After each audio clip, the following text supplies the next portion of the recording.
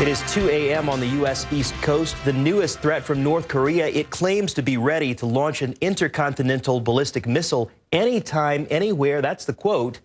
It was just last week the country said that it was close to testing this long-range missile. Let's go live to South Korea. Our Paula Hancock is following this story in Seoul this hour. Paula, North Korea is saying that they are doing this specifically because of the United States. Help our viewers to understand the context here.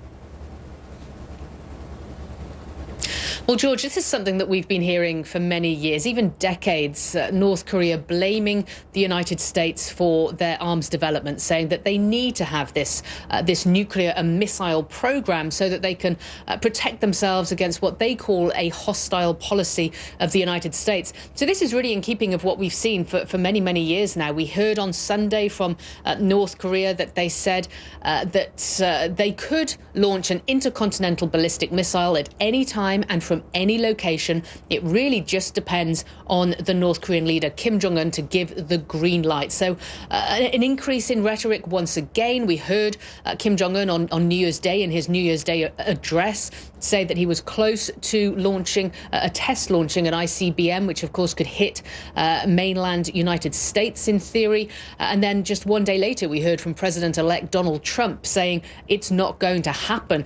So this is really a response to that. We are not seeing Donald Trump himself being mentioned, though, by North Korea. There's no combative language when it comes to the president-elect, but they are saying once again that they blame the United States for the fact that they feel the need to have this ICBM program. George?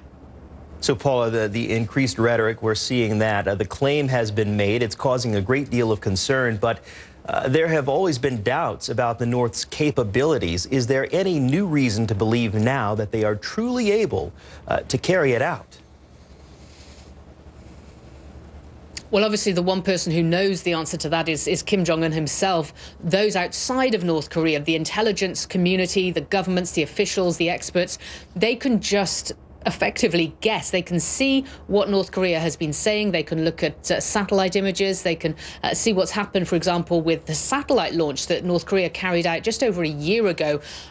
North Korea said this was peaceful. They launched a satellite into space, but experts say that's the same technology as an ICBM. All you have to do is you take the satellite off the top of that rocket and you put a nuclear warhead or a conventional warhead. And really, it's a little more complicated than that, but then you have an ICBM.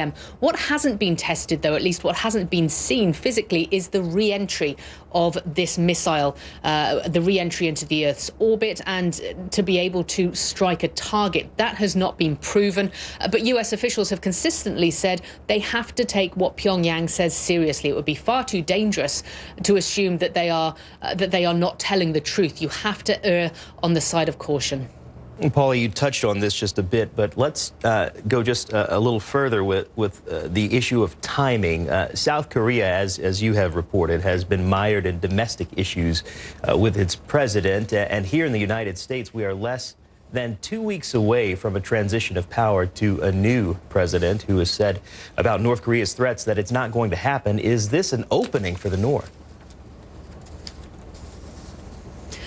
Well, it's important, I think, George, to look at the last couple of months. Until just before the US election, North Korea had been remarkably quiet. When you consider what happened in 2016, they carried out 2 nuclear tests, a myriad of missile tests, of rocket launches, and also this satellite launch back in February. So they really had been in an incredible rush to try and perfect this nuclear and missile technology. But before the election, things calmed down. We haven't heard too much that's been bellicose from North Korea. Many experts say it could well be that they simply don't know what Donald Trump's North Korea policy is. They may even be concerned about what his reaction to any missile launches or ICBM launches might be. It's the fear of the unknown. So that could well be one of the reasons that we are seeing a quieter North Korea, or at least a more well-behaved, if you like, North Korea. George? Paula Hancock's following the story for us live in Seoul, South Korea. Paula, thank you so much for your reporting.